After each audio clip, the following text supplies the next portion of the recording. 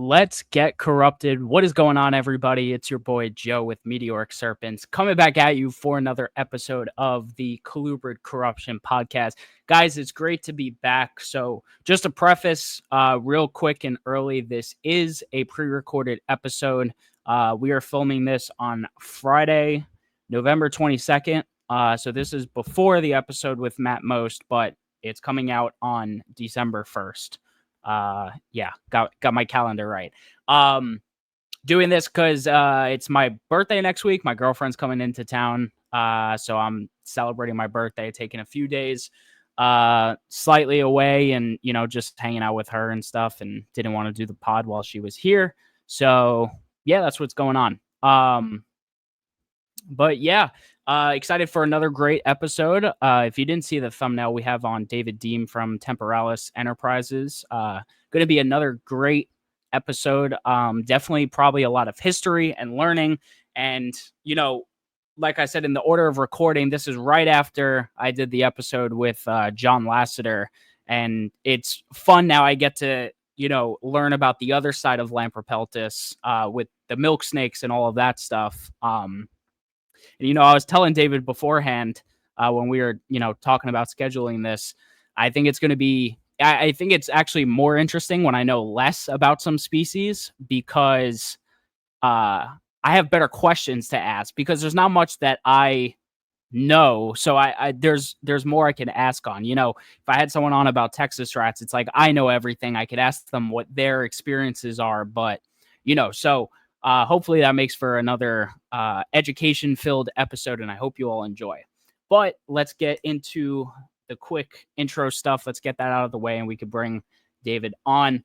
Guys, as usual, and I'm rocking it today, Meteoric Serpents t-shirts are available, which includes the logo t-shirt and the Let's Get Corrupted t-shirt, which I'm wearing right now. Great, comfy t-shirt. You should definitely consider it, especially if you want to rep the podcast. If you're listening to this every week, definitely come rep the podcast. That's always cool. Make sure you hit like and subscribe on today's video, today's podcast. It always helps out. I'm seeing the viewers continue to increase, which is absolutely awesome, and the subscribers as well. So if you're here, leave a like. It's free. Hit that subscribe button if you're looking to see more, and you'll always stay on top of what's going on at the Colubrid Corruption podcast. Also, you can listen to this on all the major audio podcasting platforms, which is like Apple, Spotify, a couple others as well. And if you are listening on there, come over to YouTube and give a like and subscribe. Also on there, please feel free to give it a 5-star review. Leave a review there if you can. Again, that just helps boost the algorithm, get this out to more people, share it with your friends who like colubrids, and yeah, do all that stuff. As for me, you can follow me on all my social medias. All the links are in the description, but it's pretty much at Meteoric Serpents everywhere. Instagram is the main place where I am. If you ever want to message me, you could always feel free to do that. Let's see. USARK, Florida. Guys, if you're into these reptiles, these are organizations you should definitely be supporting to fight for our rights to keep our reptiles against legislation that's looking to take them away and stuff like that. I'm a member of both. If you can afford to feed your snakes, you can afford the cheapest USARK membership. It's as simple as that. So make sure you go do that. Also, the Meteoric Serpents Patreon, I've talked about it a bunch. Got a bunch of cool guys in there. It's the first link in the description below. Check that out. I have a few cool tiers that you get cool perks in. You get a little behind the scenes of what's going on with me and my collection and things like that. You get the early scoop of Colubrid corruption and what's going on and stuff like that. So yeah, definitely tune in. And even for my Patreon members, like a pre-recorded episode like this, they'll get that way early. So they're going to get that like bonus content. That's for them. They'll get it in advance.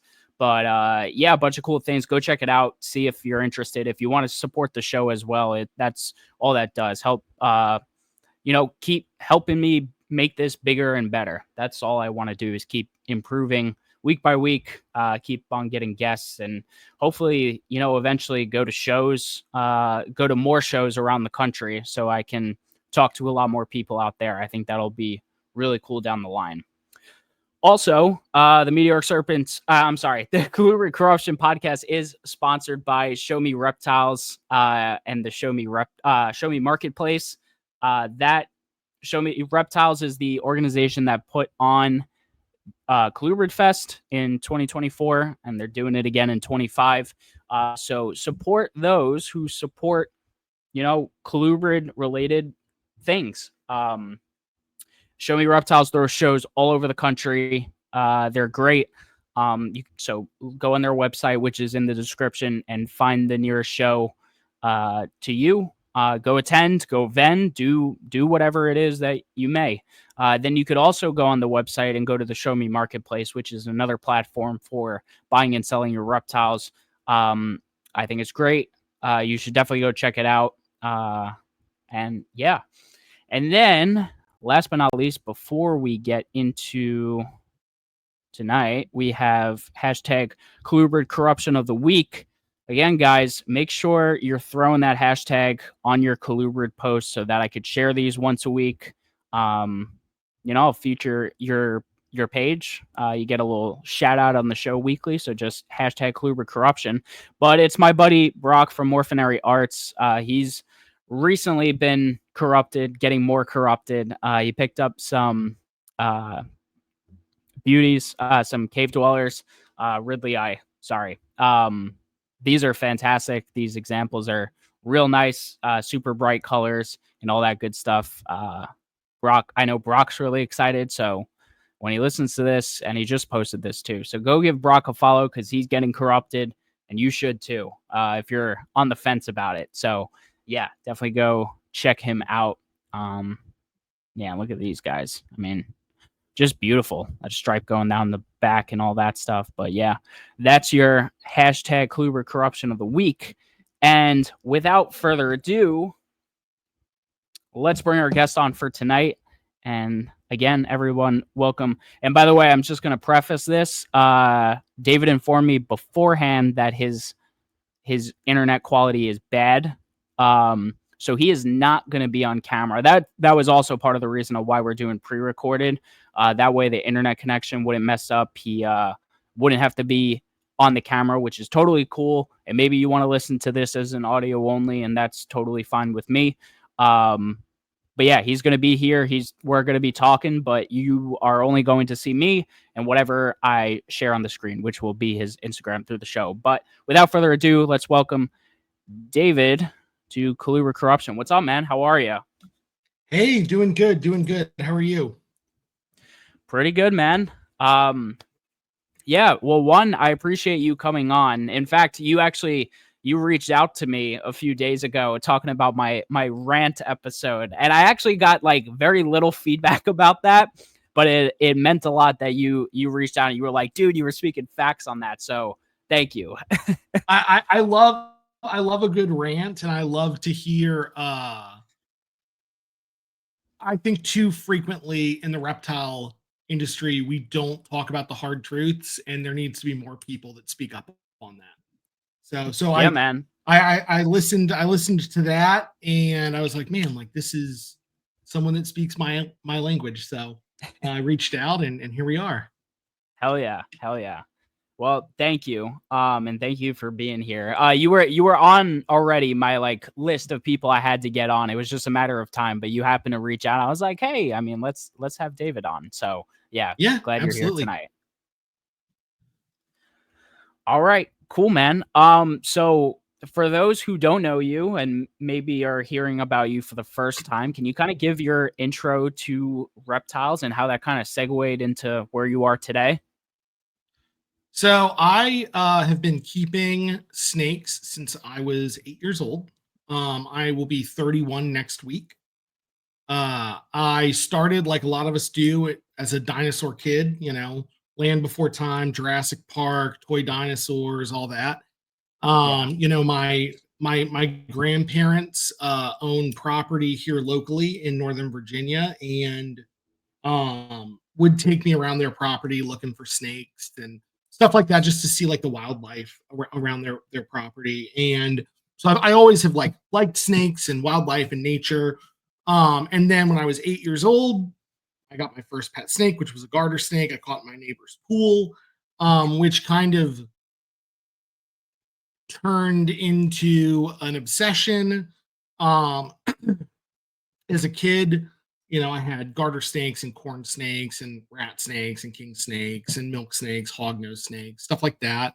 Okay. And then when I was 15, I started working for Outback Reptiles, helping them with trade shows. And a couple days after school, every week I'd go to the warehouse, which was, I don't know, 10 minutes from my house, and Okay. clean tubs, wash plastics, do whatever. I did that for about 3 years. And during that time, I was breeding African fat-tailed geckos. While I was living with my dad and stepmom, I had a few snakes, but they were not the biggest fans of snakes. So I did the Gotcha. fat-tailed geckos. Obviously, for the people that know Outback listening to this, they do a lot of importing from like West Africa with the ball pythons. So they'd get in cool fat-tailed geckos. I bred them for a while. And then when I was 19 or 18, moved to Tucson, Arizona to open a pet store with a friend of mine, Okay. Exotics, which is still out there. And their focus is really on like naturalistic vivariums, kind of going against the grain of what the normal pet store, I guess, what people think when they think of a reptile pet store, dirty cages and improper Right. husbandry. Like, our goal was doing it right. And while I Yeah. was there, obviously living in Southern Arizona, I got really into herping. And spent a lot of time herping all across Arizona. And that kind of helped me realize that like that was like a kind of a cornerstone of what I saw as like where I can make a mark for myself within the reptile or herpiculture, I guess, community. And Yeah. I decided to move back to Northern Virginia and sell my part of the business, move back and go to school for wildlife conservation management, which turned into parks and recreation management, which is what my day job is now. I Okay. manage a 6,000 acre park here in Northern Virginia, or a group of parks here in Northern Virginia, and have continued herping pretty extensively throughout that time. During COVID, I really got into milk snakes and tricolors in general, and a switch kind of flipped. I Okay. found my first coastal plains milk snake and my first scarlet king snake around that time. Both of them in the mid-Atlantic, where they're pretty hard to find, and seeing the variability. And I was furloughed during COVID. This is when I was still working as like a seasonal employee and not an hour or a salaried employee. So I was Right. furloughed and just kind of like basically snake hunting every day. And Hey, that was a good I thing to do during COVID, right? it was great. I could rent a Tacoma for like $10 a day and just go and drive as much as I wanted. And There you so go. I found these snakes and was so like blown away by like the diversity of, you know, I think over that season I found 10 or 12 of them. And so the diversity that I saw was like really impressive to me. I was like, wow, these are so cool. And so I obviously, like, they're rare there, and there's legal limits and things like that. Like, I didn't want to take any of them out of the wild. So I started buying them as something Okay. just to like breed snakes again. And fast forward 4 years, and I have several hundred, uh, Yeah. 23 different species of milk snakes, some other stuff sprinkled in, and then about 100 different localities. And Wow. Yeah, that's impressive, man, especially over like a 4-year period. And I gotta hand it to you. The way you present yourself, especially on social media, makes it appear that you've been doing this a very long time and have established a lot of, very nice animals. So big props to you for doing what you're doing. Like I said, we're gonna scroll through your Instagram and we'll be checking out some of the snakes. So the milk snake craze really only started like 4 years ago for you. Yeah, so basically it started with, because when I moved back from Arizona, I had sold most of my collection. I still had a few things um that I was hanging on to. None of them were milk snakes. Okay. And I guess what kind of like triggered the milk snake craze was, that COVID year, 2020, from like I guess March until my job called me back in June, late May, early June. I Okay. spent that time. I mean, I think I was herping pretty much every day, and I was only looking for milk snakes. Gotcha. And I was driving sometimes 3 or 4 hours a day to go to where I was going, and then driving 3 or 4 hours back, just because I found my first two, and then about a week later I found another one, and then another one, and the diversity of like the coloration and the patterning of snakes that were only a mile apart, half a mile apart Right. or less, was so extreme. I was like, wow, like I've never, of all the snakes that I've found in the wild, which I've found quite a few, I've never seen a species where you can, and I guess now, 4 years later, a lot of these sites that I've set up with tin and boards and shingles and stuff like that to find them in, I find snakes next to each other that look nothing like each other. They're so Okay. completely different. You could say that it was two different species. They're just, temporalis or elapsoides, or even eastern milk snakes in our part of the country can really look very different. So I was like, Okay. I want to, maybe I'll just like get a few and breed them and see what, just to see what pops out. And it's a good way to like pay off student loans and like Yeah. just have a little thing. And it turned into what it is now, I guess. Gotcha. Yeah. No, that's super cool, man. And yeah, really what I wanted to do here today is go through a bunch of the different species you keep, kind of compare and contrast some stuff.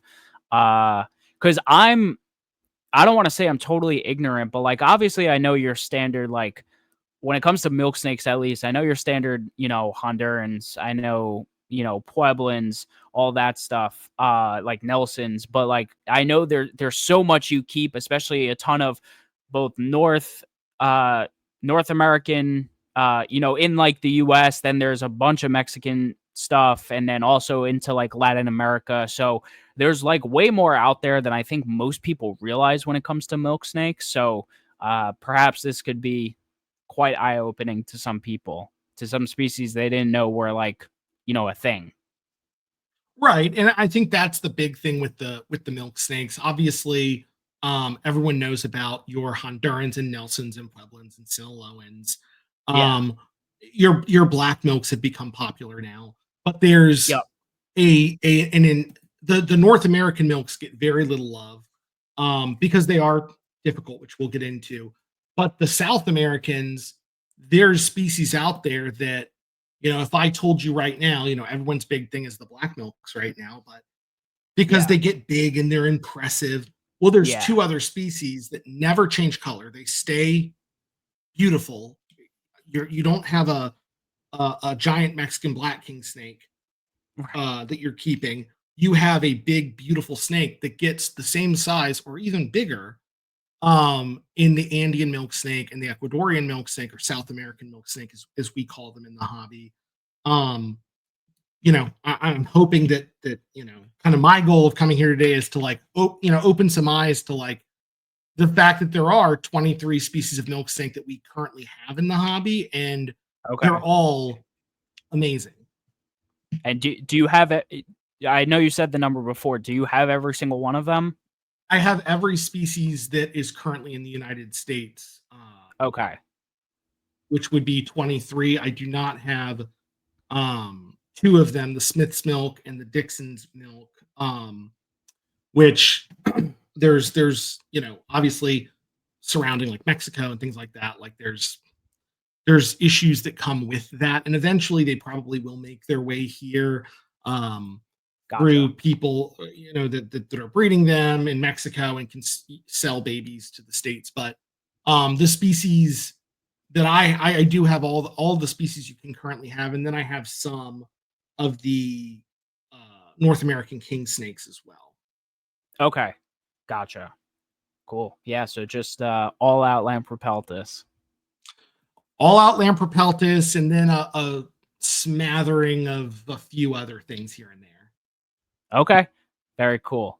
Yeah. So let's kind of get into it. I do want to start with, so I like just in general, we're talking about Lampropeltis, and again, I'm just mentioning because I had John on last week. Some of these species, one, are hard to come by. Two, I know with babies sometimes they could be a bit tricky to establish. When it comes to general husbandry, is there any overlap? Because we're talking about a pretty big geographic range between all the species of milks.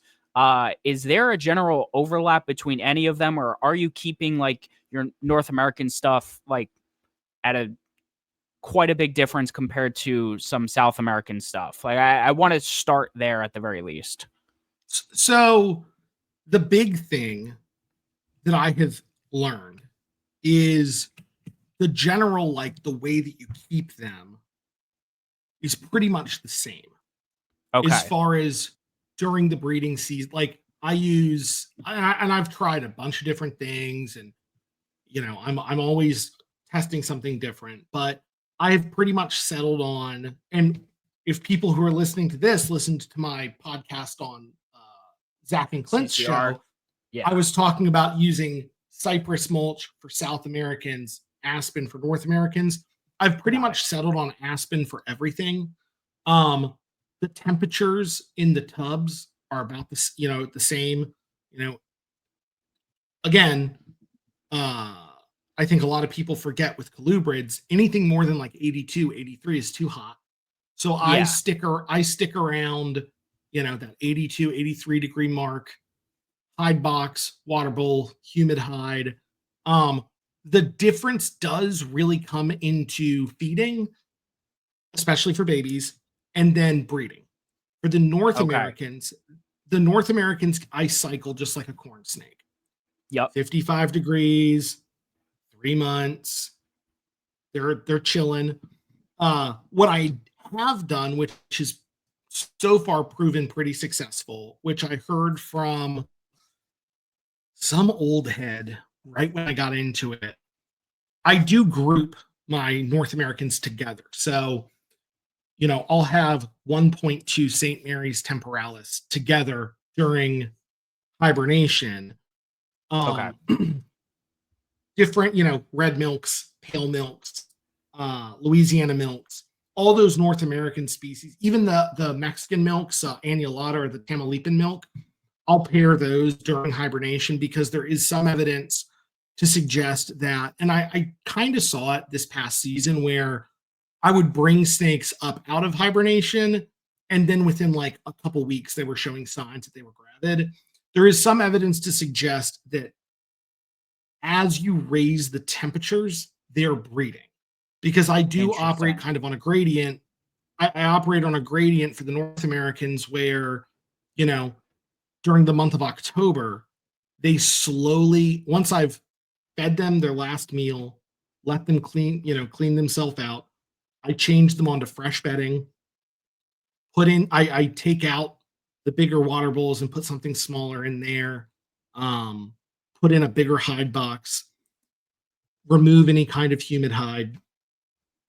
Right. There is some evidence to suggest that they are either breeding during that time or breeding as you're bringing them up, because the gradient swings from that 83 degree hot spot to 75 to 70 to 65 to 60. And then I move them into my basement once the temperature probes I have in the basement are reading an average of 55 degrees.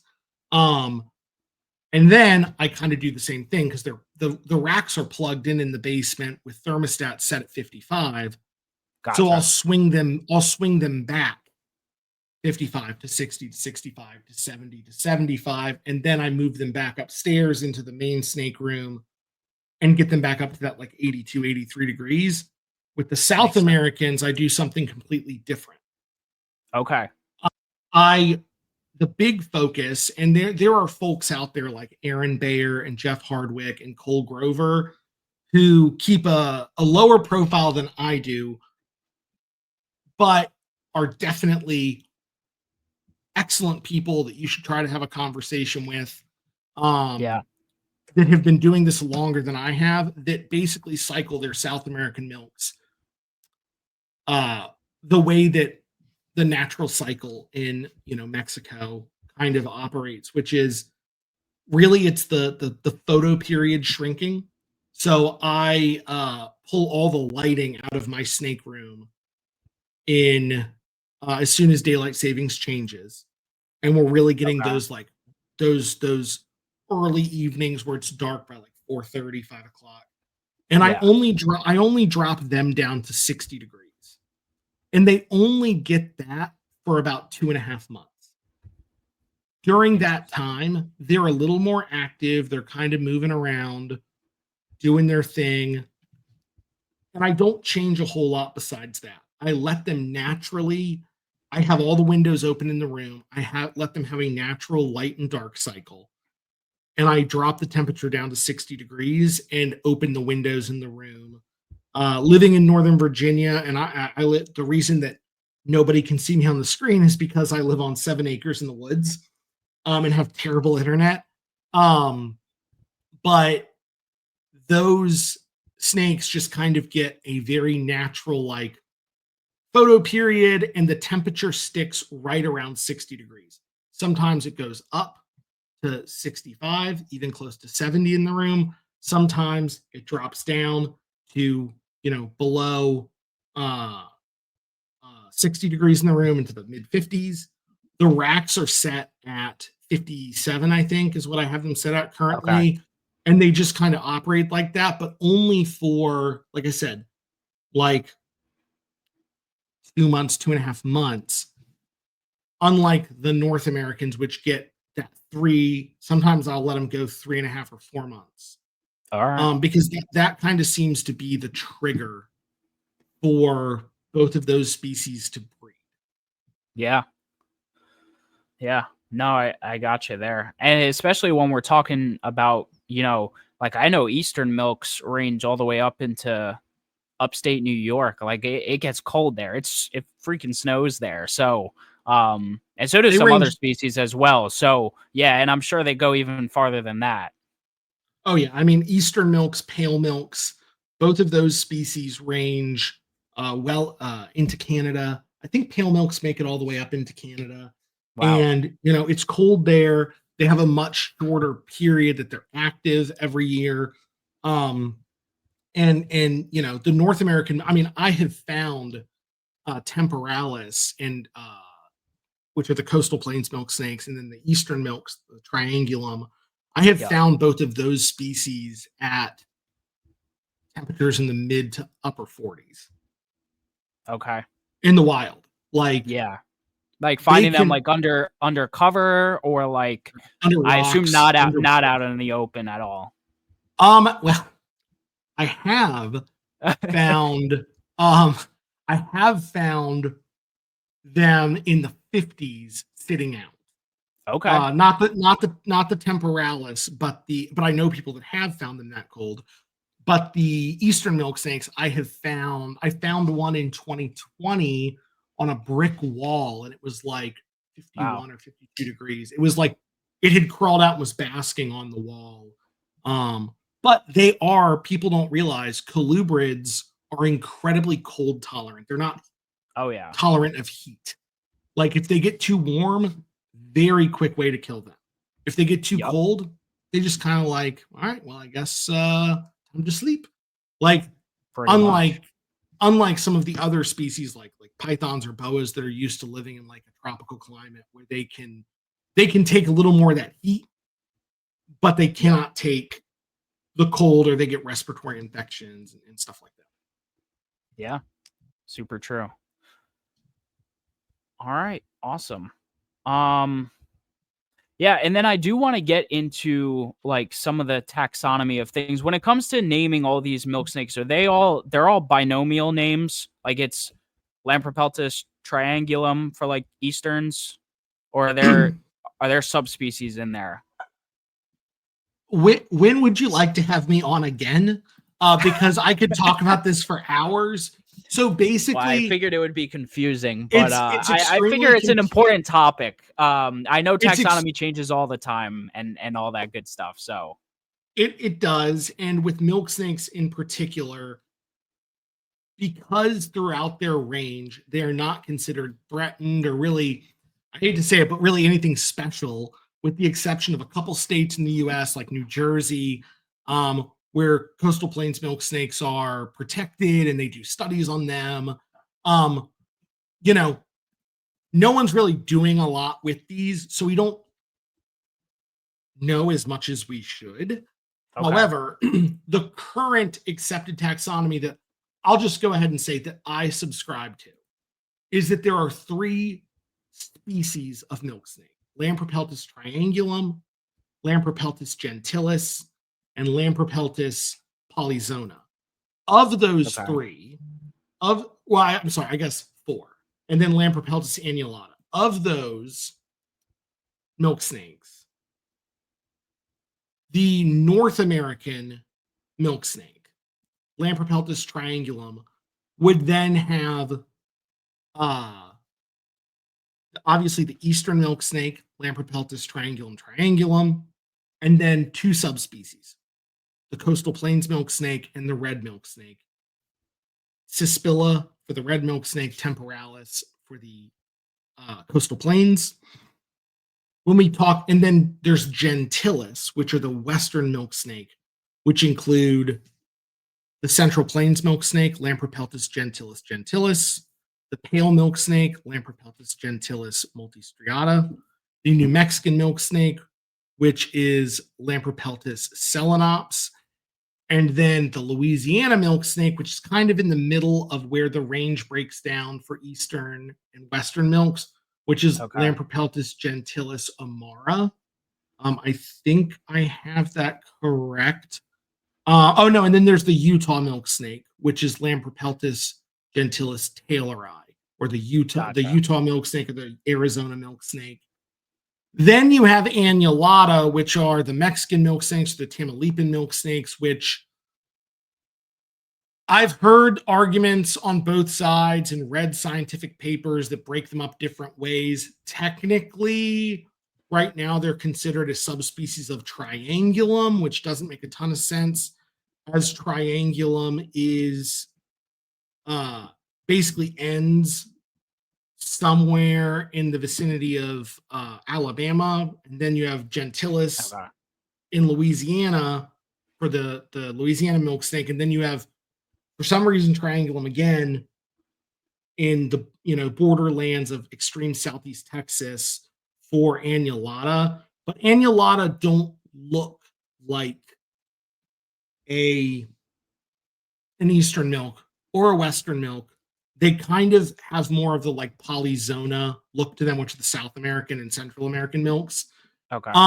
Which you could argue, and Dixon's milk snake, they're so like poorly documented, they probably fall under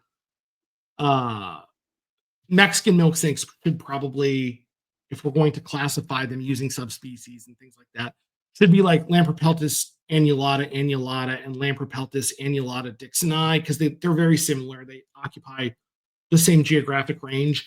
Then we get into the Central and South American milks, the polyzona subspecies, which of those I have the Guatemalan milk, the Jalisco milk, the Conants milk, Pueblans, Blanchards or Yucatan milks, black milks, Nelsoni, Ecuadorian or South American,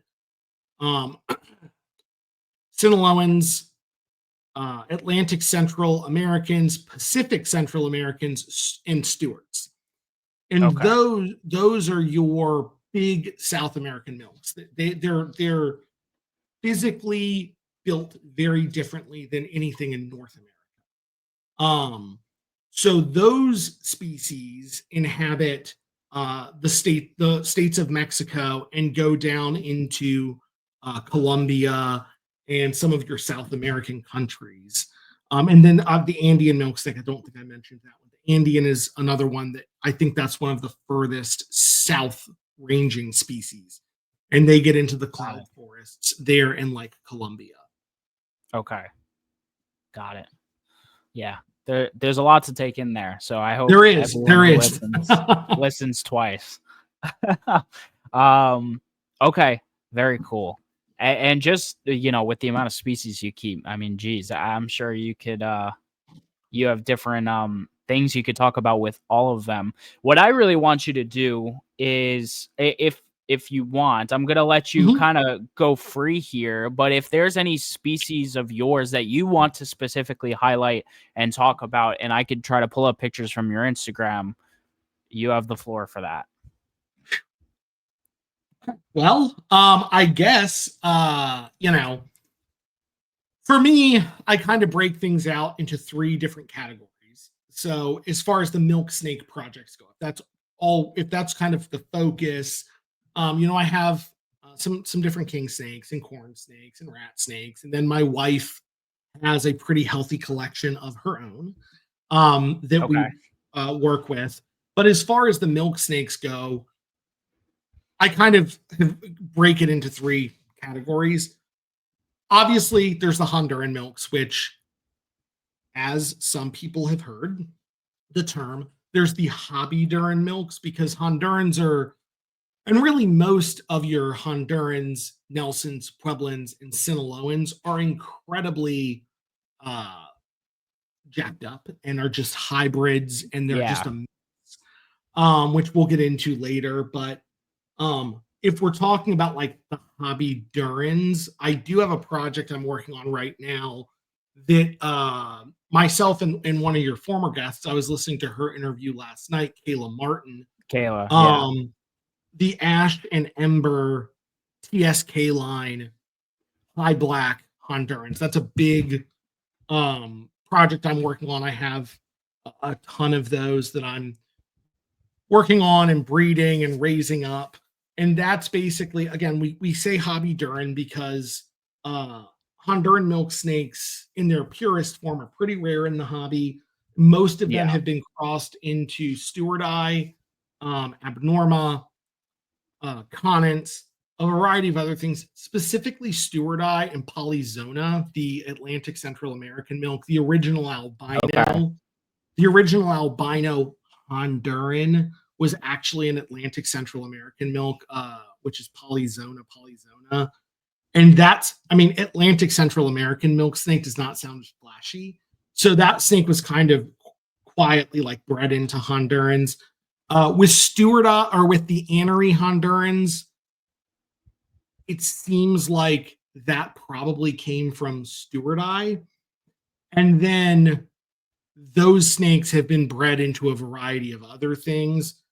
Hypos are the only mutation that I know of that originated from Hondurensis. And I do have what I believe, based on the data I've been able to collect, are pure Hypo Hondurensis, which are from the original Bill Love Tangerine Dream line. So when it comes to your Hondurans or hobby Durans, and I love them. I've just bought snakes from Kayla recently that that are from lines that aren't necessarily pure, but those are their own thing. I think they're amazing and they're beautiful, and there's a lot of really cool combinations out there. But of those, the Ash and Ember project is the big one for me. It basically creates a very high black animal that you end up getting, and you can look on my Instagram. There's some photos on there of them, and they have like, basically the black comes all the way up and like takes over the white. Are you pulling the Instagram up Let's now? I see. see this. Can you see it? Can you see my screen? I can see it. I can see it. It's kind of laggy, but Oh, okay. if you scroll down, Yeah, a little farther because I don't think I saw. You'll see. There it is, right there. Do you see that female? One? That one. Yep, Yeah. that's an ash female. So you see how the black goes all the way down the back, and it has those cool aberrancies. Those are kind of, and Kayla and I both are working with a large group of those, and that's kind of my big hobby during focus right now. Gotcha. And then the Ember line is taking that line bred creation or mutation, whatever you want to call it, and breeding it into Tangerine, which if you jump out and scroll down, there should be one in there pretty close, where you'll see a snake with a lot of black on its back, but then instead of the red, it's that like really cool, like hot orange color, that pumpkin. Right there below the albino suspilla is an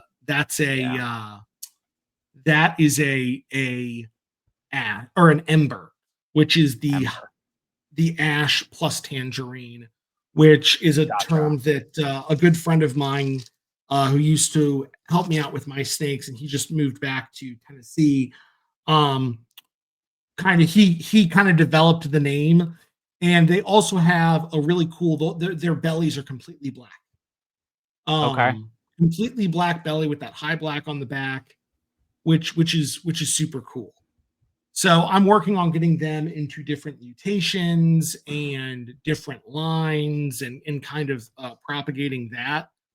But then on the North American milk snake side, obviously it's temporalis. Yeah, and you're gonna have to help me here because I'm definitely not gonna ID it by eye. So with the temporalis, obviously in the thumbnail, that spotted animal that was one I produced this year from an F1 Calvert County bred to an F1 Worcester County. And so they're like right there's that spotted girl right after she hatched. The female Calvert County, when I purchased her, she had already produced a striped snake in the past. So I was kind of expecting something weird to pop out. So I got that. With the temporalis, they are, I would say, the hardest of the milk snakes to keep because, I mean, that's a newborn and that's a big newborn. And that's a very small snake in someone who had, like, I have big sausage hands. And I mean, that snake is, I would say, tiny, a third of the size of a baby corn snake. It's still taking mouse tails and it's in hibernation. Yeah, they're tiny. So I see it like it's short, but like I feel like baby corns are skinny. Am I just not seeing it right? Are they skinny or does it look a little bit chunky? That was the biggest one in the clutch. Okay. 14X. Okay. Like that is a monster baby temporalis. Okay. If you scroll up a little bit, let me see right there. Oh no, that's a Easter. So right here, over here, that one is a that one is a temporalis. And that's kind of, that snake is maybe 80% of the size of the one I just showed you, and that's pretty standard. Gotcha. And then if you scroll 2 photos over, then there's the mom right there. This one right here, that's mom. Gotcha. And she's only 2.5 feet long, and that's a big one. That's the other thing about the North American milks. You know, it's a lot. You know, they're mostly small snakes, which makes them super good for people who don't have the availability for large spaces and large snakes, you know. So 100%. So with the temporalis, you know, like I said, they hatch small, so they're a little more difficult, but that's kind of what got me into the milk snakes. And you know, we have them here locally in Maryland and New Jersey and Delaware and North Carolina. And I've seen them in those states, and you know, that's kind of I named my business after it. So you know, they are my favorite. I don't. Yeah. I actually do not have a ton of them. Okay. Most of my North American collection are red milk snakes, which we can talk about a little bit later. But I do have St. Mary's County, Calvert County, Tyrell County. I have some Worcester animals. Okay. And those are awesome. They're my favorites, but they are much harder to keep than some of the other stuff. Even the red milks, which are pretty similar, but they just hatch bigger, and it takes a lot less effort to get them feeding on mice. And then as Gotcha. far as the South American milk snakes go, my big favorites are the Ecuadorian or South American milk and the Andean milk. Okay. The Andean specifically. So right here, I think you can see my mouse. This one, I can't see all your the way. mouse. Oh, okay. So next to the anerythristic red milk here, to the left is that's a micropholus. I only hatched one of those this year. That's a South American or Ecuadorian milk snake. Those get the same size as your black milks, but they stay Okay. Tricolored. They get about the same size, but maybe a little shorter, but they're a little stockier than a black milk. So they're a little Gotcha. thicker, but they keep that pattern. And then there's the Andean milk snake, which is kind of the opposite, like from my experience. They get longer than the average black milk, but they're a little skinnier. But the Andean milk has the same requirements as the black milk, where it does not need any kind of like heat source. They can be ambient, room temperature, just fine. They live in cloud forests. Gotcha. And those two are the big South American focuses of mine. This year I produced 2 clutches of Andeans and one very sad micropholus that you saw. Like micropholus have been a pain for me.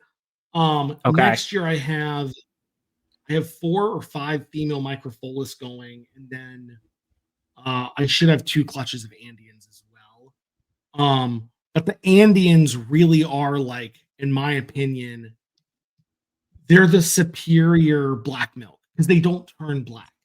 I didn't buy all these snakes and breed all these snakes for them to turn black. Like, I'm kind of with you there. Yeah, I agree. Look, don't get me wrong. I mean, an all black snake is cool. And I've even said I wanted to try to make like an all black scaleless Texas rat because I think that would be cool. But there's something to me about color and contrast as well that I think is more striking to me. Yeah, and I think that's the big, at least for me, with the black milks. So there's 3 different localities of black milk currently in the hobby. There's the Limon or San Antonio zoo line, or Dallas zoo line, or Memphis zoo. Everyone's got a different zoo line. The animals originally came in, I believe, to Stephen Hammock, who was at the Dallas or San Antonio zoo at the time. Those animals are from Limon, Costa Rica. That's what most of us have here. Those animals floated to different zoos, so people have different names for them. They're from the Atlantic coast of Costa Rica. The Providencia line, which I currently have a female from Aaron Bayer coming to me from that line.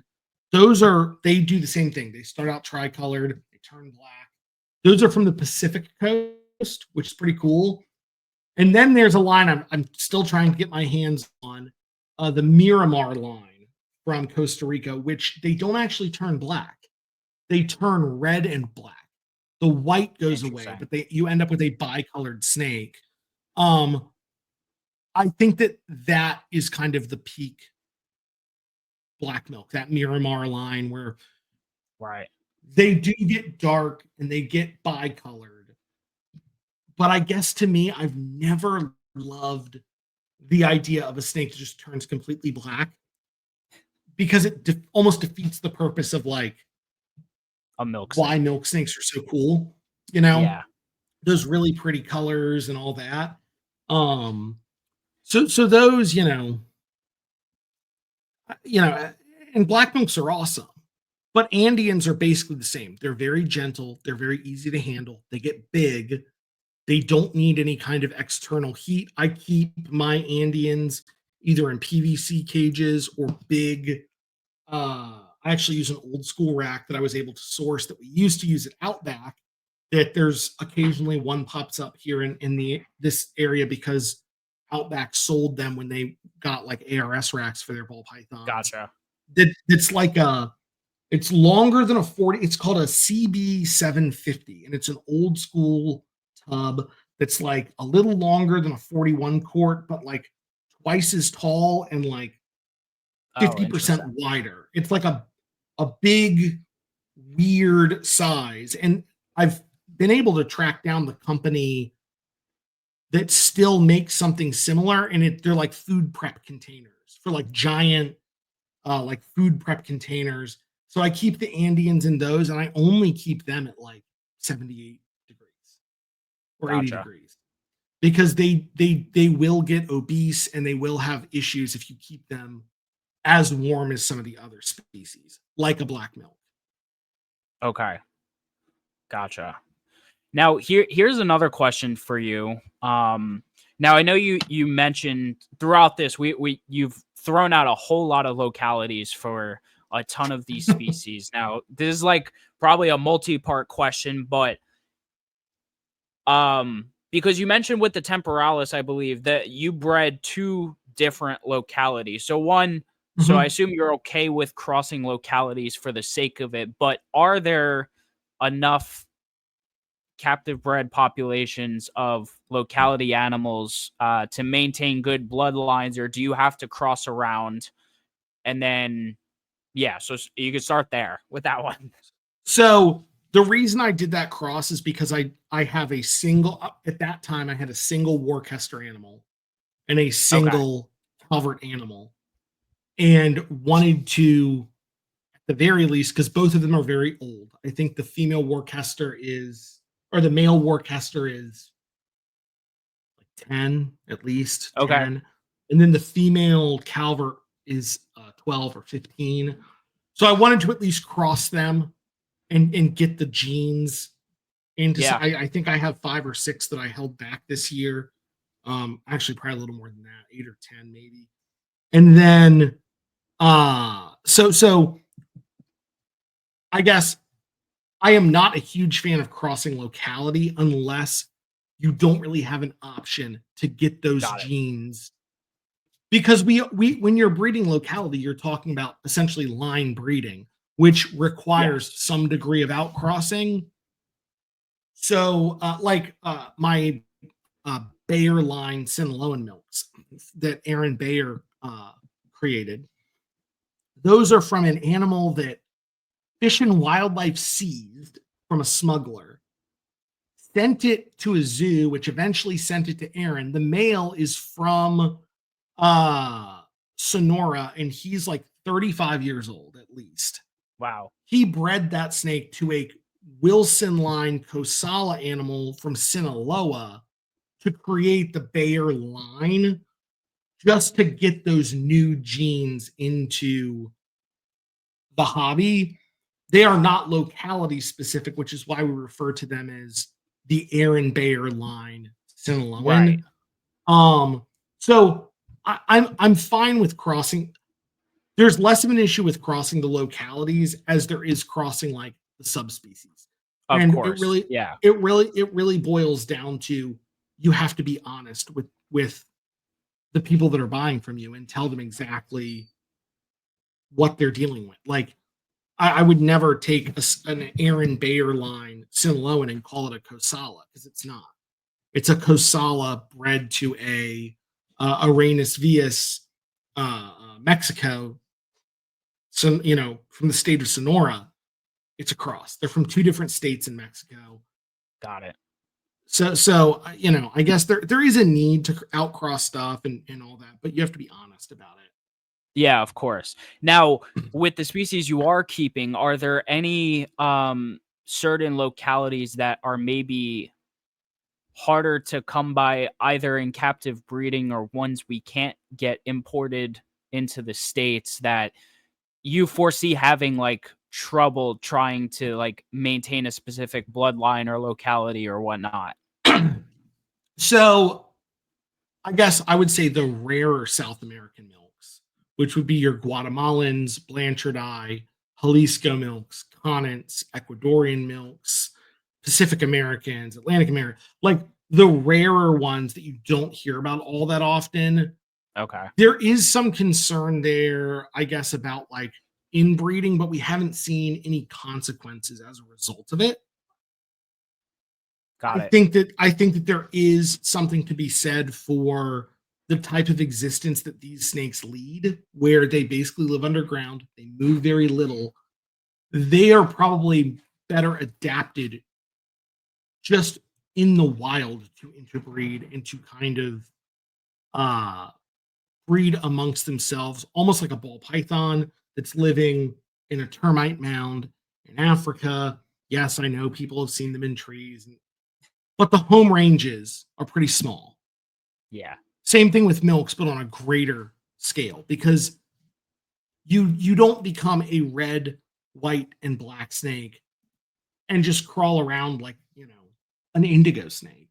Right. So right. We haven't really there's been issues where people hatch out kink stuff or animals with deformities, but not on the scale that you see with like Eastern indigo snakes, where Right. you have You to have to like be, yeah, you have to outcross like all the time. yeah, we have Yeah. not seen that issue yet. And those animals that I mentioned, the rarer South American milks, there are very few of us working with them in their purest form. Okay. So a lot of those animals have not even made it yet past the F3 or F4 stage. Like they're still kind of young in the grand scheme of like Yeah, no, definitely. what we have in the hobby, especially compared to a lot of other species. For sure. Okay. Cool. Now I do want to talk about babies and feeding 100%, because like we talked about, you have some of those species that are really tiny when they hatch, and I believe you said that one temporalis was still on mouse tails and heading into brumation, and then I'd assume there are some that are picky out of the egg. If I'm not mistaken, the Eastern milks could be tough to get started. So I kind of want to hear about that whole process and how you go about getting animals going, any scenting techniques and things you have to do to get over that hurdle. So I'll start with the South Americans because they're the easiest. Sure. They are easier to feed than a baby corn snake. Okay.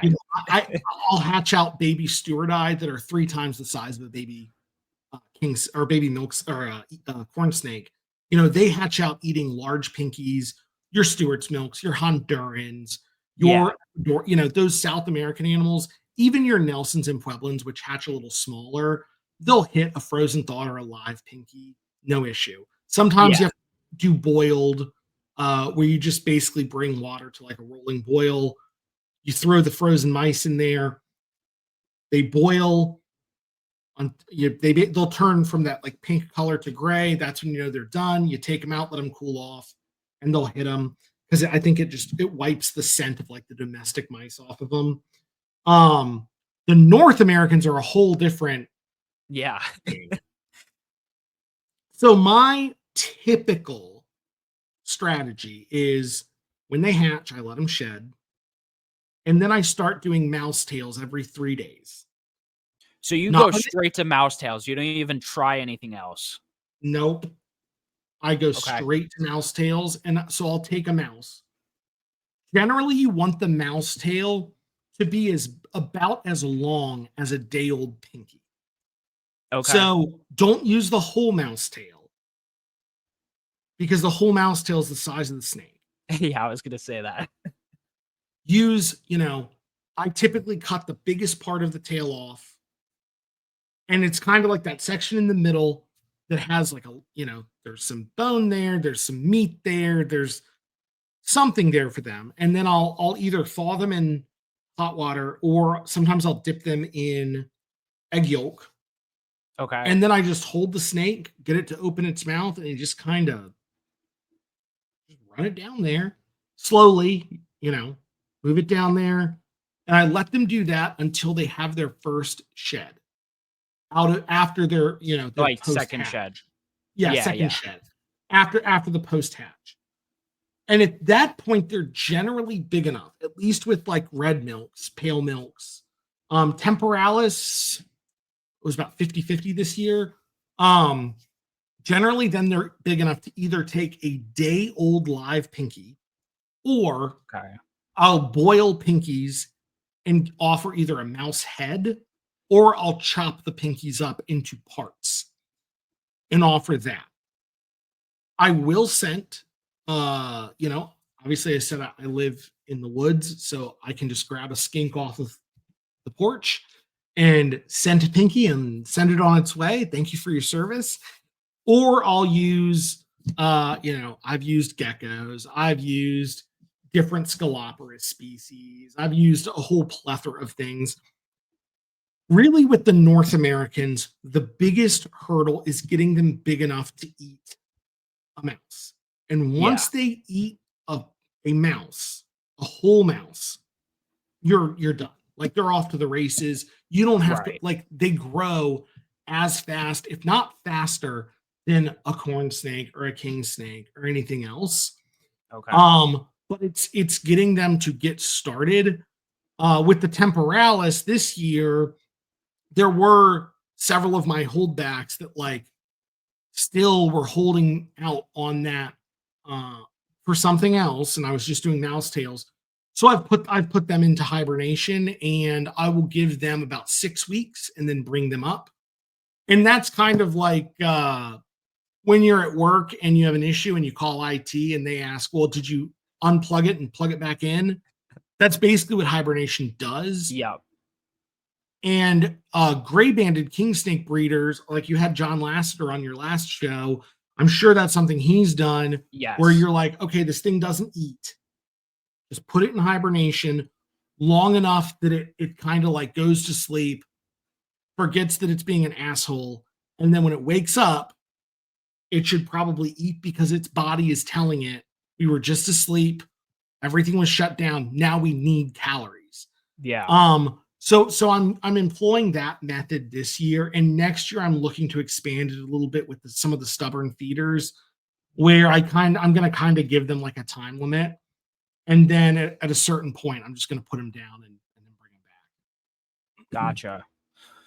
Now, I am curious, and I'm not questioning your methods, but it's interesting. This is the first time I've ever heard someone say they go straight to like assisting the mules with the mouse tails. Have you had a problem with that in itself? Like the snake, like regurging it, like whatever, or have you so far been able to get them to that stage where they're at least like taking tails all right? So personally, I really haven't had an issue with it. Okay. Because I guess my viewpoint is there's nothing small enough that you can offer. Yeah.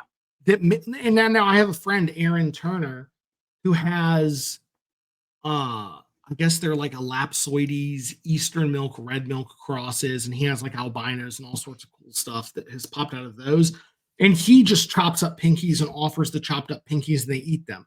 Because there are certain localities that tend to feed better than others. I breed a lot of Jackson County, Illinois locality red milk snakes. Some of those hatch big enough to take a live pinky off the bat, and they'll do that. Some of the other localities, or the babies that are born a little smaller, there's not really an option. Some people have done like pinky leg or fuzzy legs, and they try all sorts of stuff, but I have found that realistically the stress on the animal is lower. Because for me to pick up a snake and take a mouse tail that's already been soaked in water or egg batter and just like get it to, because they're all mean as shit. Like they're all tiny and angry. So they'll open their mouth and then you just very slowly work it down. The problem that people have is when they hear mouse tail, they think like a whole mouse tail. Right. Really, you're using a small section of it, about an inch or an inch and a half long. Got it. And you're slowly moving it down. And then a lot of them at a certain point will just start like eating it on their own. Okay. So once you start doing that, you're getting calories into the animal. They tend to I mean, a lot of the ones that I still have that are on mouse tails that I haven't put down yet, as soon as they open their mouth and I put it in there, they grab it and then they just start working it down. Like they kind of know what's up, and they'll just take it. But when I've left them in the tub in the past, they're just not interested. Really, you know, like I said, the goal there is to get them big enough to take, because that's the most annoying part, is that most of them hatch almost big enough to take a day old pinky. So, you know, I have a small rack of mice that I breed specifically for day old mice. Got it. And most of them are like so close to taking a day old when they hatch.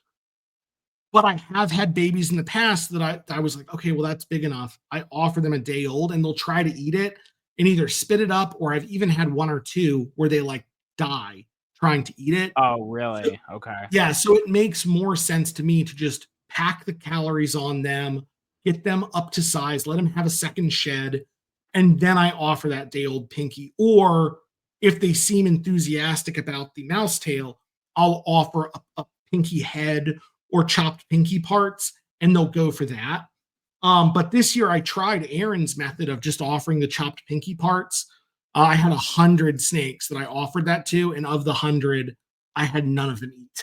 So it did not work for me. Okay. So I've just stuck with the mouse tail method. And when I thaw mice out during the season that the adults are awake, every mouse I feed them comes custom to my wonderful snakes without a tail. Because I take the bags into my snake room and I have these big food prep containers that I thaw the mice in. And as I pull them out of the bag, I cut the tail off and put it in another bag and freeze it. Okay.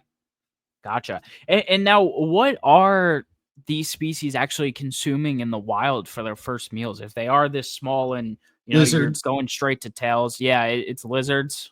mostly skinks. Okay. Mostly skinks, which, you know, I live in Virginia, so I cannot legally possess, because of the Virginia laws, I can't like go outside and grab a skink, freeze it, and then offer it to a snake. Which really, at the end of the day, I have found scenting typically gives you more problems, at least with milk snakes, Okay. than solutions, because you end up getting a snake that is just hooked on that scent. And really, you know, at the end of the day, as adults, they do eat mice. They're nest raiders. So an adult milk snake will crawl down into a burrow, kind of run the mother mouse off, and then just eat the babies, and then decide that this is a nice place to live, and I'm just going to hang out here after I've eaten these babies, and then they just move on to the next time they're hungry. So once they start feeding on mice, they're not hard to feed. Okay. I have red milk snakes and coastal plains milks and pale milks that will hit a mouse harder than, a Florida king or a Texas rat. That one might be hard to come by. That they come, when I was at Outback, right when the scaleless Texas rats were big, we had 100 scaleless and het scaleless. That was my job, was to take care of them and breed them. And we had a big male that Ian named Chester Cheeto that was like a 6-foot scaleless red and black Texas rat. And Chester does not hold a torch to one of my het albino red milks that I open that tub, that snake sails out of it to grab a mouse off tongs. All Which you right. wouldn't think is like, oh, they're picky, they're like problem feeders. Well, no, once they're big enough to eat, Oh yeah, I mean mice, that's just about anything. As just yeah, yeah, once they get that hunger, that true hunger going, I mean, all these animals are savages. yeah. I mean, and that's the thing is like, people think about the North American milks is like, oh, they're picky. No, they're picky when they're small because they're so small that you have to give them something that they can eat. Dude, once they're big enough, like, I mean, I have red milks that I've grown to like breeding size in like a year or 18 months because you're feeding them a pinky mouse and it's like exponential growth. And before you know it, they're 2 feet long and they're ready to go. Yeah, gotcha. And I'm sorry, I'm gonna go back to this question again, just Mhm. because of my personal experience, because I'm so curious. Like Eastern milk snakes, let's take upstate New York again, because I'm from New Mhm. York. Okay. And I would go upstate. Uh, my dad and my brother, we would go hunting, and like even in the summers, we would mostly go in the winter, sometime in the summers, but and I know the snakes would be out, but really the only lizard type reptile I know that was in the area were like the Eastern F's, the little, orange salamander type things with Mhm. like the black spots. Are there other lizard species up there that I'm just not aware about that they would be eating? No, so the F's and the salamanders, those they will not eat because they're toxic and Okay. they, but in those areas of upstate New York, northern New Jersey, some areas in the Poconos in Pennsylvania, they're Yeah. actually eating other snakes. Okay. Which Interesting. I mean, they are a Lampropeltis species. So just like a king snake, they will eat other snakes. When it comes to Interesting. breeding, that's really not an issue like it is with king snakes. But as far as feeding goes, I have had some that need a snake scented rodent. Or I have even used uh, pieces of snakes that, either hatched out kinked or for Yeah. whatever reason didn't make it. I've used pieces of them as a scent to help get some of them feeding. But that, the ones that are eating specifically snakes are pretty much limited to New York and New Jersey and those like northern Okay. areas where you don't have either, your five-lined skinks or Right. your spiny lizards, the Scoloporus species living. But there are species or there are snakes, like I said, that I've had that are, I've done it with temporalis, I've done it with pale milks, I've never had a red milk that held out for a snake, I don't think. But where like using a piece of a snake or snake scenting has been like the ticket for whatever reason. And that has worked because they Okay. do, a, a not a not small part of their diet, depending on where they're, what locality or where they're living, can be snakes. And they'll eat ringneck snakes and worm snakes and red-bellied Right. snakes or little tantilla, the black-headed snakes like out west. So yeah, like that's a perfectly acceptable option. And if people are having issues with stuff, try it and see if it Yeah. works. Little piece of shed skin on the head, or even taking that little pinky mouse and rubbing it on like a corn snake or something else in your collection can work. Okay. Cool. All right. Awesome. Um, let's see. Now, just when it comes to your general setups, you already mentioned rack. So, like everything you're keeping, is like fully rack setups and stuff like that, or are you utilizing any types of enclosures for some of the larger species, or what's it like over there? For most of the milk snakes, they are all in racks. Okay. Um, and I am a big proponent of giving the animals what they need. I was just on the phone with a Yep. buddy before the show about my gripe about like retic breeders and the sizes that they keep things in, which I think are ridiculous. because of the natural history of the species. Milk Right. snakes are largely a fossorial animal that live Yep. underground, that as long as they have food, water, correct temperatures, and the access to sex, that's all they need. Like that, Yeah. they're brightly colored for a reason. And so I have found that they do better with a thicker than average layer of bedding. Even in a rack, you have to give them access to basically go from the bottom of the tub to like right under the surface. And then I offer a hide, a humid hide, a water bowl. Some of the bigger milks, PVC cages, I've used them in the past. I have some that I do currently have them in. But really, the only stuff that I have in the bigger like PVC or glass caging is the obscure stuff. My wife has a lot of that that she's working Okay. with and that we have that like we have a big God, he's at least 6 foot long now, Apalachicola King and a big 4x2x2. All right. She has some blue tongue skinks. Zach sent me some Oregon red-sided garters that we have set up in a big like glass tank with lights and plants Nice. and all that. Beak snakes. Kayla sold me a kukri snake this year.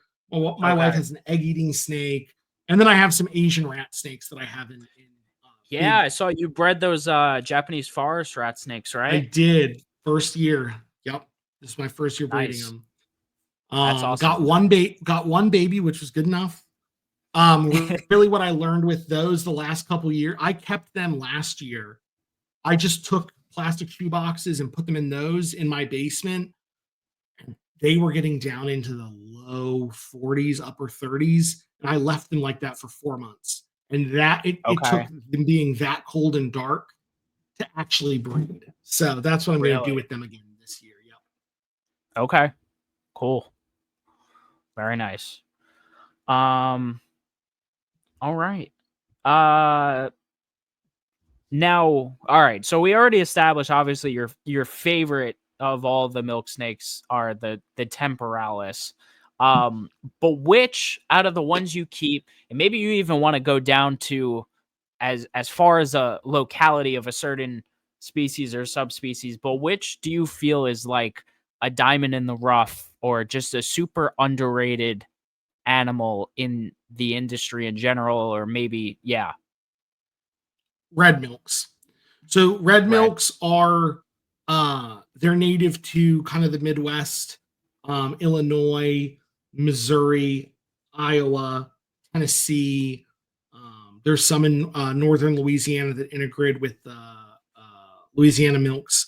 The reason I say red milks is because red milks really are, they get bigger than temporalis. So when they hatch, they're sizable enough that I pretty much with no issue can get them feeding either out of the egg on live tailed pinkies or after that second shed. But there's a lot of morphs that people don't realize are out there that are starting to pop up. Currently, I Okay. have albinos or T negative albinos, anatheristics, hypos, and some weird thing that has recently that popped up in my collection this year that I'm calling glitch because it has this weird broken up side pattern and this weird like pixelated stuff on the sides, which is something that we have typically seen in most colubrids out of generally what is regarded as the visual marker for something that's heterozygous for white-sided. So next year, I won't Got be it. breeding a glitch to glitch, but I will have the year after that a female that's big enough to breed back to see what happens. There's also some striped ones out there, and so there's a very, very few positive albinos floating around as well. Um, but they're fantastic. They don't get big. They get about Yeah. 2 to 3 feet long. I think I may have one that's over 3 foot. They can be a little bit of a pain to start, but I have found with using lower incubation temperatures They typically hatch out right around the size where like they could probably take pinky heads right off the bat if you really wanted to Okay. push that. And they're awesome. Like if you handle them and you work with them, they're not, unfriendly. There's a ton of potential for color mutations. Although I think there's myself and one other person have the T negative albinos, and then myself and two or three other people have the anarthristics, the hypos. There's probably half a dozen people that have those. But there's going to be in the very near future, uh, especially with my collection, a lot of morph combinations that are going to come out. And people do appreciate morphs and the combinations Morphs, that come from yeah. them. And there's a ton of localities out there. I think I have at least 10 localities of red milk snake. And they all look different. Okay. And they're all something special in and of themselves. And I think for a long time people thought these animals were much harder to get started than what I had figured out they are. Like I would assume at this point I'm the world's largest producer of red milks. I Okay. produced a little over 100 of them this year. Oh, nice. And they're really not all that hard to get started once you understand that, they really don't need scenting unless you want a snake that's going to be stuck to the scent of one thing. And really, once you get them big enough to take, I've said it a few times already, once they're big enough to take something whole, live pinky mouse, frozen, boiled, whatever, you're done. They're fine. They'll grow, and you keep them just like a corn snake, and they grow and get big and beautiful. And before you know it, it's like I said, it's no different than a corn snake. And then, with the genetic mutations that are starting to pop up, coupled with the fact that a lot of people are looking for something small, something that is, going to max out around that like 3-foot size. There's the hognose option, and then I guess maybe house snakes. The house snakes are starting to get big. Yeah. But there's their own challenges with getting both house snakes and hognose snakes started. So it's really not any different. And I guess on top of that, if we're just talking about a diamond in the rough for people just looking for a pet, like I will put my red milks up for sale before they're eating frozen thawed. Generally, I put them up when they're eating live, and I have no issue converting them from live to frozen. Okay. It's not even most of the time, I would say with 90% of the people that bought red milks from me this year and wanted me to convert them, it was like a 2-week process of like, all right, well, it's eaten frozen twice now, because once they're eating rodents, you can just drop a frozen thawed rodent in there. Yep. Gotcha. No, that's cool, man. Now another thing, and speaking of like selling to people, I am curious. Now I'm assuming, and this is a big assumption, so please correct me if I'm wrong.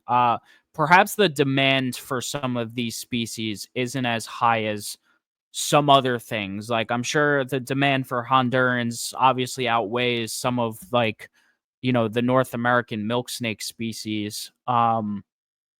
What are some things you've been doing or have you seen across the hobby to try to bring more representation to some of these species that are a little less known to the general, even the general snake crowd? So I'm going to take a different approach. In my opinion, and what I've seen, the locality milks are typically in much higher demand than hobby Durans. Okay. I operate almost this year, it'll be about 80% off a wait list. Wow. 80% of what I produce never makes it to Morph Market or my website or anything. They're basically sold organically through people that have asked about them. Um, which is great, but it also sucks because obviously I want to be able to offer them to more people and get more eyes on them because I do think that they're an incredible, group of animals. Yeah. So I guess it's not necessarily that there's not enough demand as much as that there's not enough supply.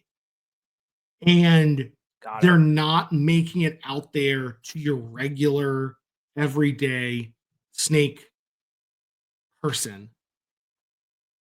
And then that Okay. creates a continued culture of folks not even realizing that those species are in the hobby. So I think I produced 14 Yeah. Andean milk snakes this year. I held back 2. The other 12 all sold, and I only was able to put 1 on Morph Market. Gotcha. Yeah. So besides your social media, it's been hard for you to put them out there otherwise. Yeah, it's been hard to get them out there. And I next year I'll have a lot of holdbacks that are going to breed, so I should have more to meet that demand. And I don't say this as someone that's like, this is your next get rich quick scheme. It's Yeah. Enchies 1990 all over again. Like, that's not what I'm saying, because there's a lot more nuance that goes into this, because we are dealing with locality animals that we have to be Yes. able to prove are pure, that we have to be able to prove are what we're saying they are, which I think at the end of the episode, we were going to talk about that potentially a little bit. But there is a lot of demand for them, especially once people see what they're looking at. And I think that the way that we get that representation to grow is realistically just putting them in more hands, Right. showing more people that these are amazing animals that are beautiful, that they will beat out a corn snake or a king snake or a hognose snake any day. And when you breed them, you might be breeding locality to locality, the same locality, and the babies you get, you're like, oh my gosh, this is like there's such a variability in the clutches that it's almost like breeding morphs without a Punnett square. Like, Right. you're getting to see the variation of nature right, in your snake room or whatever, you know, Yeah. just by breeding a normal St. Mary's County coastal plains milk to another St. Mary's County, or breeding even within like the South American stuff, which is generally a little bit less variable than the North Americans, you still get a lot more variety than you think, even though there's Okay. no like genetics at work there that are like recessives or codominants or dominant genes. Like, it's just the natural variation of the species. So yeah, I think getting them into more hands, and letting more people see them. And I'm trying to, with the number of animals I have, and I have a full-time job, my wife's in grad school, I got a dog and 2 cats, and all the stuff I have going on. I'd like to get more active on social media, and I'm trying to, Yeah. but it's just showing them more people, exposing more people to them, and then explaining what they're looking at. Because when you say, oh, Pacific American milk snake or Pacific Central American milk snake, like, that just, it flies right over people's heads. You have to make it Right. flashy and exciting. I've tried this year with like my Morph Market descriptions to really be kind of over the top, so that people kind of get hooked into a story, because that's really what we're selling here. Like, selling Yeah. locality snakes, and what I love so much about it is every one of them comes with a story. You know, Yeah. if you buy a snake from me, I'm going to tell you, or send with the snake, the story, tracing it back from how it got to me to 1974, when Shannon Brown was in Quintana Roo in the Yucatan and collected a patternless male Yucatan milk snake from a chicken coop, and like how that snake in the 70s or 80s or 90s, whenever it was, made it to David Deem's collection in 2024 in, in DC. Nice. Yeah, I agree with you. I think in fact, sellers who don't put good descriptions on their animals on online ads are doing themselves a disservice. I try my best, like, especially if it's an animal I produce, like, it's like you start with the pairing and then you're getting at least a little something after that. And then some people will just like leave descriptions blank. And I'm just like, why? I'm like, take the extra literally minute to jot something down at the very least to make someone like interested. I don't know.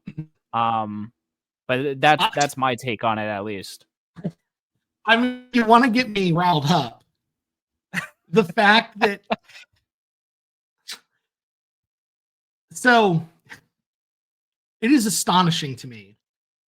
The like between what appears to be a cell phone picture taken on a Nokia brick phone on your dirty bed sheets and the fact that you spelled the name of the snake wrong and have included no description and you post it on Morph Market, and then those are the first people that say the market's dead, nobody's buying snakes, while I'm selling the same snake with locality history, a description, and fancy DSLR photos for 3 times what you're selling it for.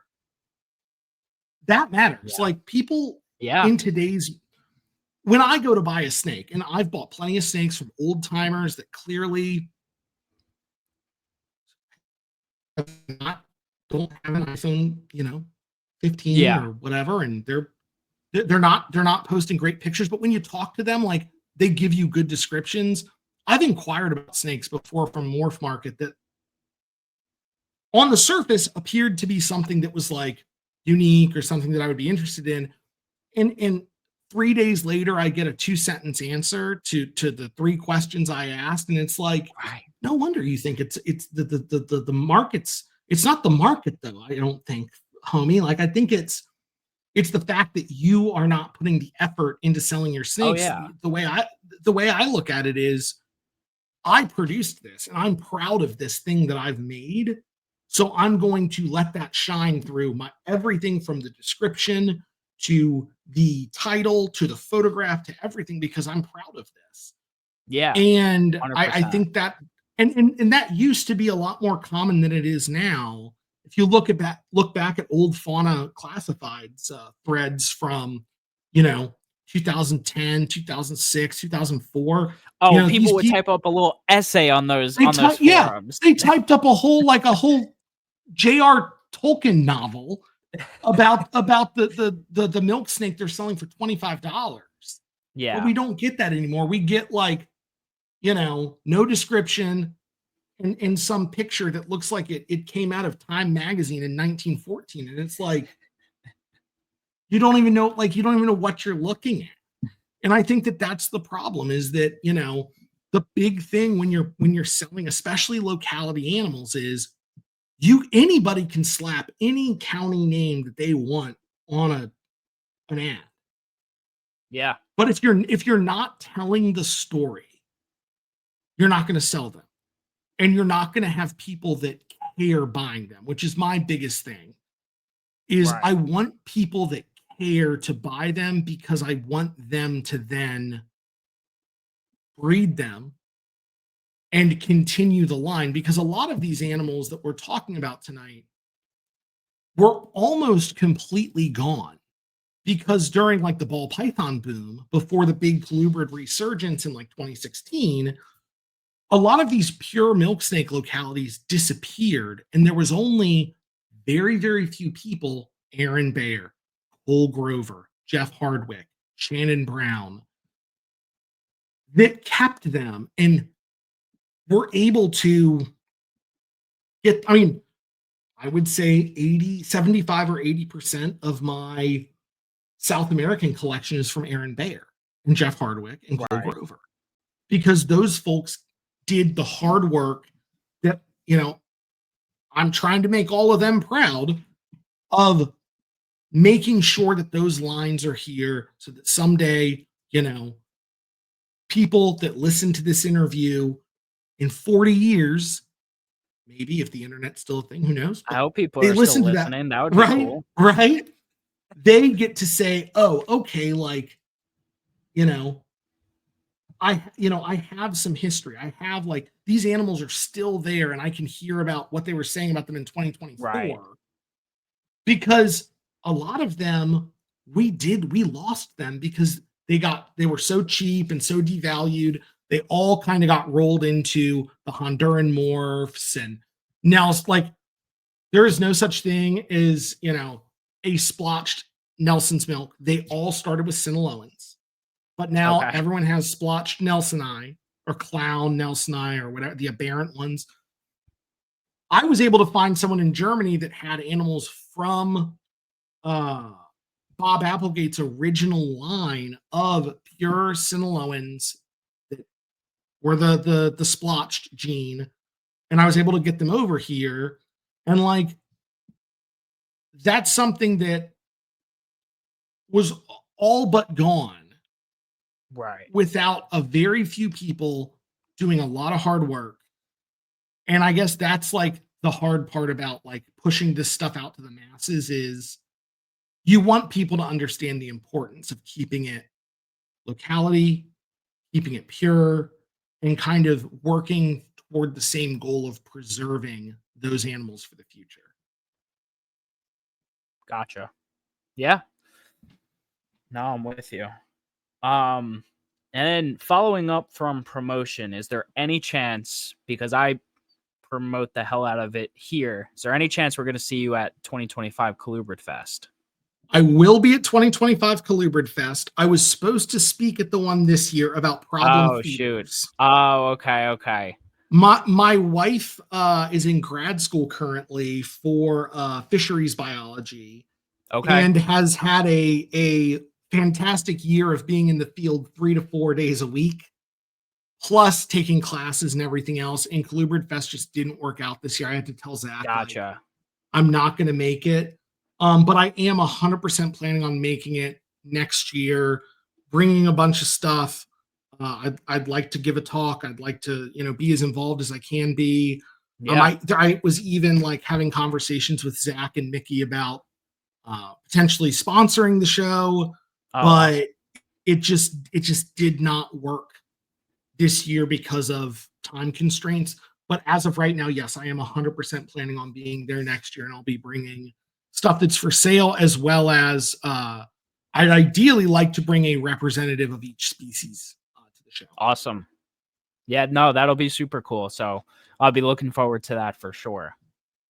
And hopefully all you listening, I'm talking about the audience, hopefully I see you all there too, because again, we got to make it bigger and better than this past year, which was awesome in the first place. But it sounds like I missed out on something really cool. Well, the more I talk to people, the more I see that people are upset that they didn't get a chance to go for whatever reason. So I really think it's just going to double in size and just be like literally bigger, so much bigger and better than this past year. And it was may good. I say something about the idea of Colubrid Fest? Yeah. It is possibly one of the greatest ideas that has come across this business in the last couple of years. Definitely. Because so I when I worked at Outback, I did reptile shows every weekend. I traveled every weekend and did reptile shows. So this was like 2010 to 2012, 2013. And then when I lived in Arizona, I did some shows out west, a couple a year. And then I hadn't been to a reptile show since 2017 until last year for my wife's birthday. We went up to Gettysburg for the weekend and went to the Gettysburg Reptile Show. Okay. And there were more colubrids than I had previously seen at shows when I was doing them, but not enough. And the idea of a show that is just colubrid like centric it's fantastic. Like, yeah, there's a lot of keepers out there that have thrown up their hands on the idea of a reptile show, because it is kind of annoying to go to a reptile show, walk through the doors, and have to hunt for the one table that has something you may be vaguely interested in. If at all. If at all. Instead of like walking into a show, even if I'm not interested in your California king snakes, I would rather look at different California kings or corn snakes or hognose snakes, even though hognose, you folks are getting close, but than a bunch of ball pythons from these carnival barkers that you walk up and you're walking by the table and they're like, hey, come over here, look at this, what I got. And it's like, I'm not into, like, I appreciate the hustle, dude. Like, great snakes. I'm sure it's awesome. But like, that's just not what I'm doing. Like the care, Right. I can't just buy ball pythons I like and put them in racks next to Honduran milk snakes. They're not going to do well.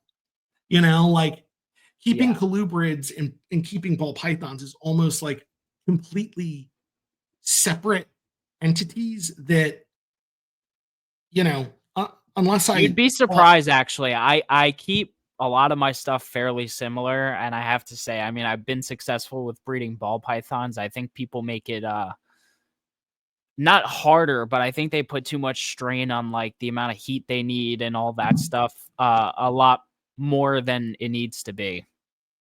Right. And don't get me wrong, there's people that are experienced that can do it and make it work well. And there are ball pythons out there that I think are beautiful. Like, obviously, as someone that, you know, came up with Outback, like the red striped ball pythons, I think are some of the pretty, they make some insane combos. You know, I got to see all of those before they ever were released to the public. But I guess it's, the way I look at it is kind of like, if I ever wanted to do ball python stuff, like I feel like I'd have to dedicate, you know, I'd have to have dedicated racks and dedicated. Yeah, and with the amount of animals you have, you're probably right. Yeah.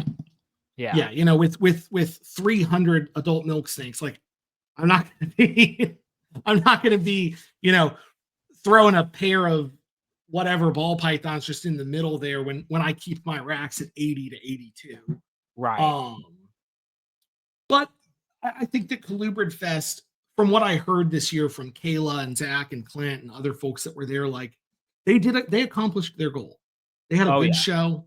There were people that showed up that were there, like, because it was Colubrid focused, and the amount of people that I saw on social media that traveled from I drove. East Coast.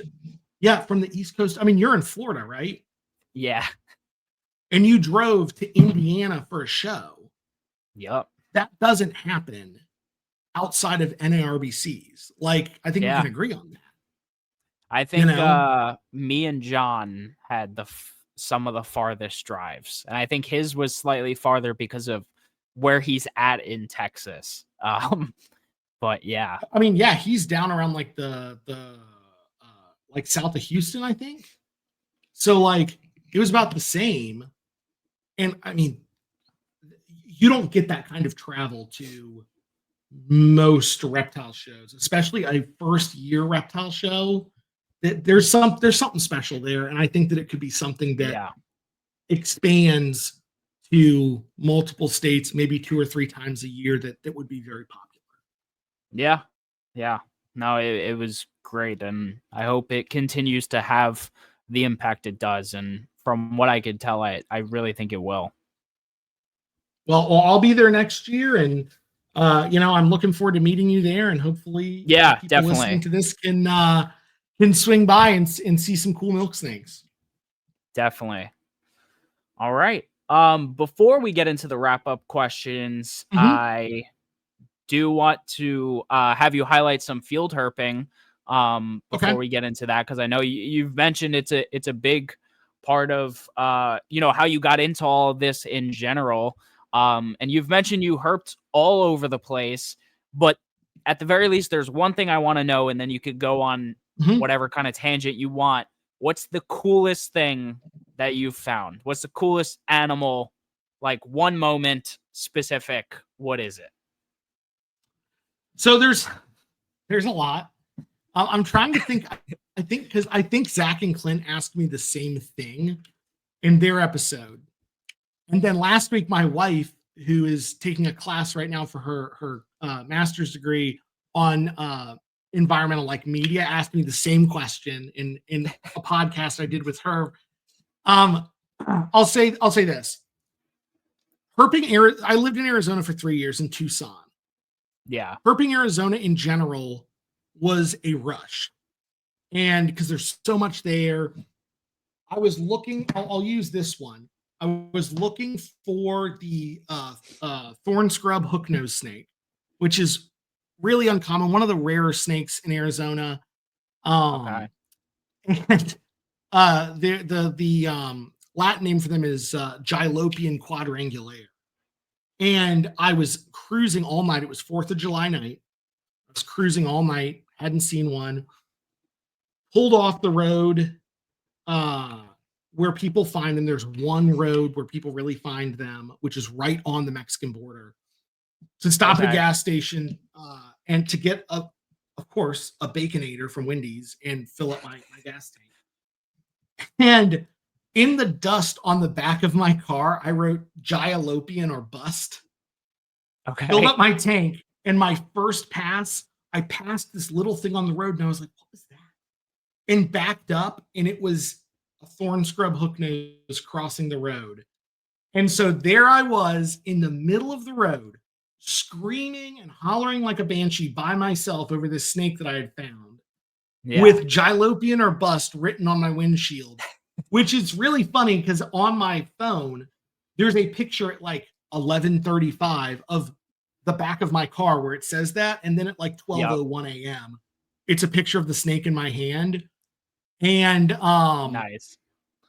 Finding that snake and grinding as hard as I had night after night after night, driving 2 hours from my house to go down there and cruise and see nothing and just get harassed by Border Patrol was like just an incredible moment, and really speaks to like what I find so addicting about herping, where you can go out and just grind and grind and grind. And a lot of people just give up and say, well, you know, like, I guess I'll never see it. And I just haven't been one of those people. Like, you know, I will keep going back till I get my man. And that night was really cool. You know, a buddy of mine actually texted me, who was up in Phoenix, a picture of an Arizona mountain king snake he had found.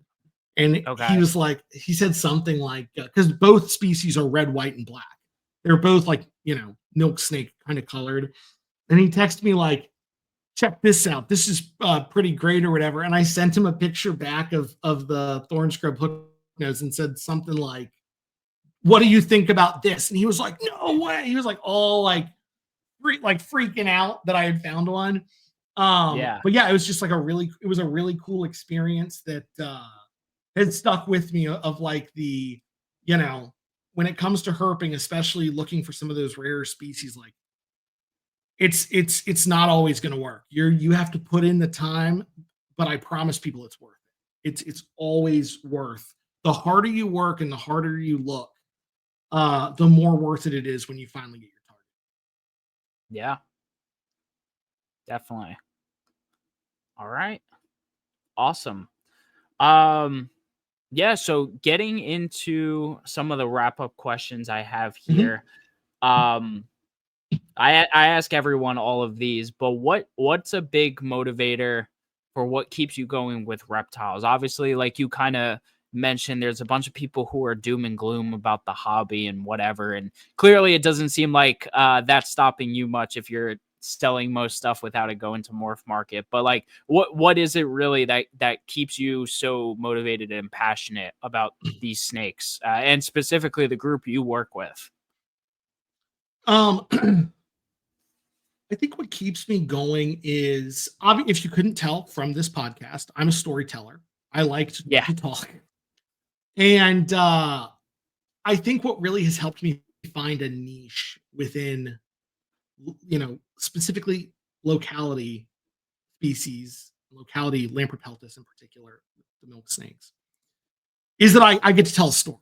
And a lot of the people that I talk to become friends, lifelong friends, people that, you know, are I consider family. And I think that with what keeps me really going is the fact that, like, number one, I guess I found what works for me. I found something that works for my personality and keeps me excited. And outside of the fact that, you know, or the selling or marketing or the business side of things, I've said it before, and maybe I haven't stated it clearly enough. You just never know what is going to crawl out of that egg. Yeah. And the dopamine rush, as someone with ADHD that like is all over the place, when I see a clutch hatching, it's so exciting to see what you're going to get. Sometimes it's exactly what you expected, probably more times than not. Other times something crawls out and you're like, holy shit, what is that? And with the milk snakes, it may be like a snake that usually has 25 or 26 red bands has like 15 or 16. Like it's just a much lower band count. Or the Right. head pattern is like completely different. And I think that it really is like it's that like cliche of like it's like Christmas. You know, Oh this yeah. year I think I hatched at least 30 or 40 clutches. And it was like Christmas every single time. Some of them hatched out exactly what I thought they would. And it was still cool. It's still awesome. But there was a few things this year that hatched out, like that spotted temporalis that's on the thumbnail. That Yeah. when that snake hatched out, I was like completely speechless.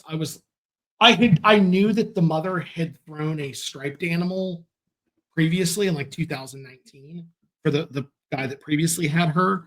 But Yeah. getting a spotted snake out of that, I was like that alone was enough for me to be like, all right, what's up for next year? Yeah. No, I'm with you there, and I've had the same kind of reaction with like the Texas rat snakes. So I'm totally with you, man. You never know. Yeah, And I had you great never odds this know. year, even with ball pythons on genetics. Like just sometimes odds work in your favor, sometimes they don't. Yep. But Yep. you never know. No, it's definitely I think, and I think people don't understand it. So because again, like we talked about earlier, there's not a lot of people breeding a lot of these species, and most of them aren't posting them on the internet. Right.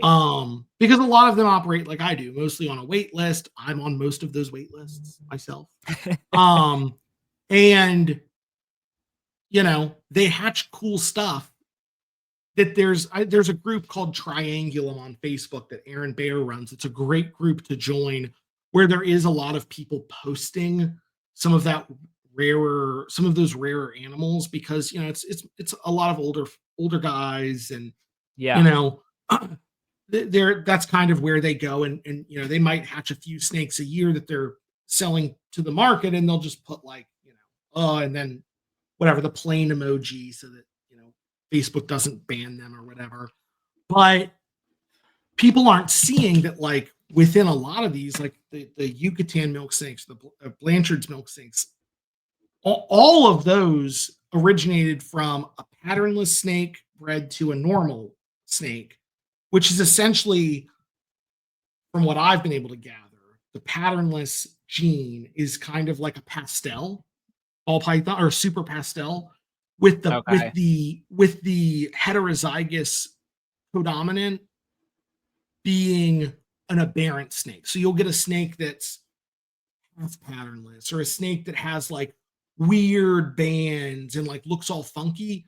And then the homozygous form is completely patternless. Gotcha. So when you're breeding those, this year I bred an aberrant to a normal, and I got one aberrant and then like 5 or 6 normals. Next year I'll be Okay. breeding a patternless male to 3 aberrant females. So I have no idea what I'm going to expect. You should definitely keep track of those numbers and see because over obviously with odds and statistics, that should equal out to whether or Yeah, not it's incomplete dominant or not. it should equal. It Yeah, should equal out to half patternless, right? exactly. Half Half patternless. patternless and half oh wait, no. No, the patternless would be Sorry. the homozygous, so half patternless, half aberrant. Yes. Sorry. Correct. And I Yep. will I'm hoping to eventually, because I actually don't have any normal female Blanchard eye. I'm hoping to eventually take the male patternless to a normal female, which should give me 100% aberrance. But there's only very few patternless in the hobby. I think John Fraser has Gotcha. some, Brett Siebert has some. And I mean, I guess that's the other thing too, is there are some morphs out there within the milk snakes that have been just kind of labeled as like, I guess it's line bred, but it doesn't really act like that. So I'm trying to like actively track down what it's doing and Right. how it actually behaves. So Yeah. I'm excited to do that over the next few years.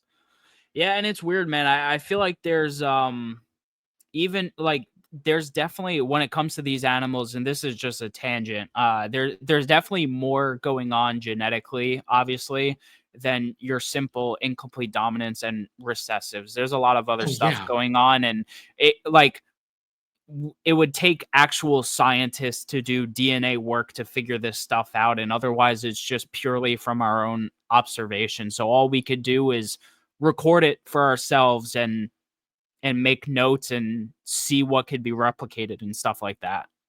Yeah, and you know, that's why like I have made it kind of a goal, which I typically do pretty well on. Every snake that I produce, I photograph. Whether it's sold right out of the egg, I still photograph it Okay. and put it in a file on my computer that has the pairing. Like, so there's a picture of the adult or the parents with an ID code, and then a picture of all the babies, so that I kind of have like a running list or archive of what I paired, what I got. And if Yeah. there's something, Honestly, I if go there's ahead. something Sorry. if there's something unique, like the belly pattern is different or the head pattern is different, I'll take like a close-up shot of that. Or I'll even, there are people, I may be one of them, who will even use the scanner on their printer to scan the belly of a snake, so that you kind of have, because the belly pattern on milk snakes, that's a whole other thing, but can tell you some stuff. So like if the belly is weird, I'll scan the belly. I try to like document as much as I can as often as I can, so that I can look back. Next year will be my 5th year breeding them. So like next year when I'm breeding a lot of holdbacks from like 2021 and 2022, I'll be able to see like, oh, was I able to replicate that? Was I able to have that pop up again? So, again, going back to the original question, that's what keeps me going Yeah. with the milk snakes. No, definitely. And in terms of keeping records, because I just want to make this point. Honestly, I have to give credit to the Morelia community, like green tree pythons, like they do that the best. It's like you can't breed green tree pythons if you're not willing to make family trees on these animals, because like they take that shit like super serious. And I almost wish that people within other species would potentially try to make that serious, because I think it could be really beneficial to create the best looking animals. And if you really want like the top quality stuff, breeders can start integrating that into what they're doing. And if you get enough people on board, it could be a legit thing. I guess that community kind of just took it and really ran with it. And, everyone's kind of on board with that. So, number one, this is just me. I would challenge any Morelia breeder to show me their records against mine. I have, like, there are No, people I'm not I'm denying not, that you are it, but yeah, but no, they have PowerPoints and shit, right, like everyone right. of entire lineage. And there are some people, not a ton, but there's a handful of people out there like me that are, we have that for these milks, and Yeah, that's what makes it so hard to kind of get them into the mainstream. Is a lot of like your newer keepers and your beginning people, they get overwhelmed when you right. start to try and explain, well, in 1974, this like all these things when they're like, well, what does Salina Cruz, F4 Salina Cruz, Oaxaca, Mexico mean? And why is that important? And you have to explain, the entire history of an animal. But it is important that we do that. And I applaud the Morelia community for keeping those records, because Morelia have made it mainstream much more than some of the locality milks, which gives me hope that what I'm doing can kind of hit that mainstream at some point, because I think that they are wonderful snakes that people should keep and should experience. But there is just a lot of like, I mean, I made the joke on the podcast with Zach and Clint. Cole Grover out of Montana is a fantastic resource. Every time I ask this man a question, I get a PDF and like blocks of text that take me days to go through before I can respond. And that's how it should be when we're asking questions. And I feel like I'd get the same from the Morelia community, which is fantastic, and kudos to them for keeping those records. Yeah. No, and I agree with you. So if you are keeping those records on your milk snakes, and you have buyers that are serious, I think you should if you have your stuff in a digital format, I think you should consider sending it over to them in a way that they can add on to it or edit it from their end, if possible, the same way that those communities do, So I am, yeah. I am working on, so when someone buys a locality animal from me, if they request it, I will send the paperwork that I've written up. I am currently, my website, which was previously up, but now it'll say under construction if you go to it. Okay. Will have a lineage note, not the complete lineage note, because I don't have the room to do the complete one, but kind of a summarized lineage note for every single locality I'm currently working with, which is a summary, which there, like I said, there's about 100 of them, 100 specific localities or morphs, that will have like a summarized note. And I am working on basically a file or document, a living document for those as well, like the long format.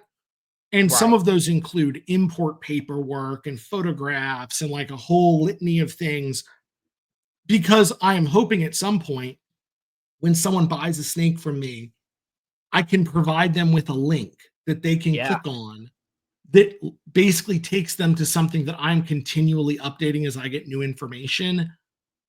And then when they breed their animals and sell them, they can give that person the same link and the information that the buyer, that this person is selling their animals to, can click the same link, and it's just more detailed and more up-to-date information about the locality and the specifics surrounding those animals, even down to like, these animals typically do not feed well out of the egg. Good luck.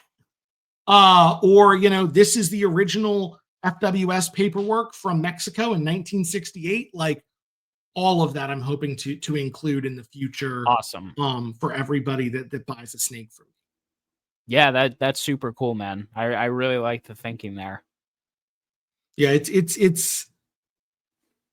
it's a lot of work, but I think it'll be worth it, because there is so much. Like, I mean, when I got into this, it was a constant back and forth between me and like a half a dozen people that have been doing it for 40 years to try and like track down, the information I needed to make a purchase. Gotcha. All right. Awesome. Now in the next like 3 to 5 years or so, what does the future of Temporalis Enterprises look like? Like what does the future hold for you? Are there any species that you're looking to add to what you currently have? Is it kind of just keeping the ball rolling with what's currently going on? What do you foresee? So obviously with the milk snakes, like the ball will continue rolling, and like that will not change. Yeah. the few developments that I've made recently, I have branched out into more of the higher end hobby Durans with the help of my good friend Kayla at Infrared Yeah. Reptiles. I have some Norm Dam line albinos now. With the high black, that like ash project. Kayla from a completely different line hatched out like a high black anery male. So I have that plus a sibling. So I'm kind of branching into some of the more high end hondos. And then I used to do a lot of rear fanged stuff and like Asian colubrids, Okay. which I'm currently kind of branching back out into. Uh Nice. my buddy Zach, who used to help me out with my snakes, who just moved back to Tennessee, has some of the king rat snake stuff that we both kind of like collaborated on. Some high yellows from the Zirkles, and then Nice. an exanthic male. So that'll be something that we're looking at down the road.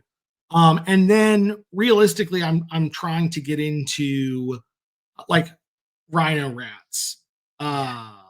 the Barons racers again. Both species I've kept before that I'd like to do again. Some of the Boiga species, some of the African rear fang species that like Kayla works with. Okay. Kukri snakes I've really fallen in love with. I have a female kukri from Kayla that's awesome, and Nice. that snake, I mean, really wild looking snake, super unique. But beyond that, really, I have some Outer Banks kings, some Locality California kings, um, some corn snake projects, like some little stuff here and there. But it's really just going to be the next 3 to 5 years will be marching the mission along of the Locality stuff and really doubling down on like making those snakes more available and refining, lineage paperwork and trying to make it a little more in people's faces, if that makes sense.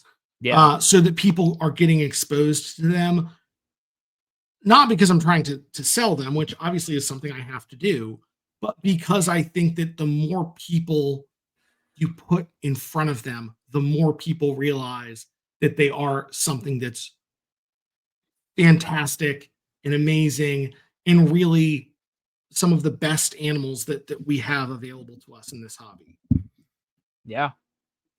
Yeah. Awesome, man. Cool. My last and final question is really, and you've kind of been doing it all night, but like for anyone who's looking to get into this species, like get into milk snakes, whether they're a snake person already or whether it's a first time reptile, what's the elevator pitch for why milk snakes? Am I allowed to swear? Yes. Do your fucking research, because if you're going to get into Locality snakes,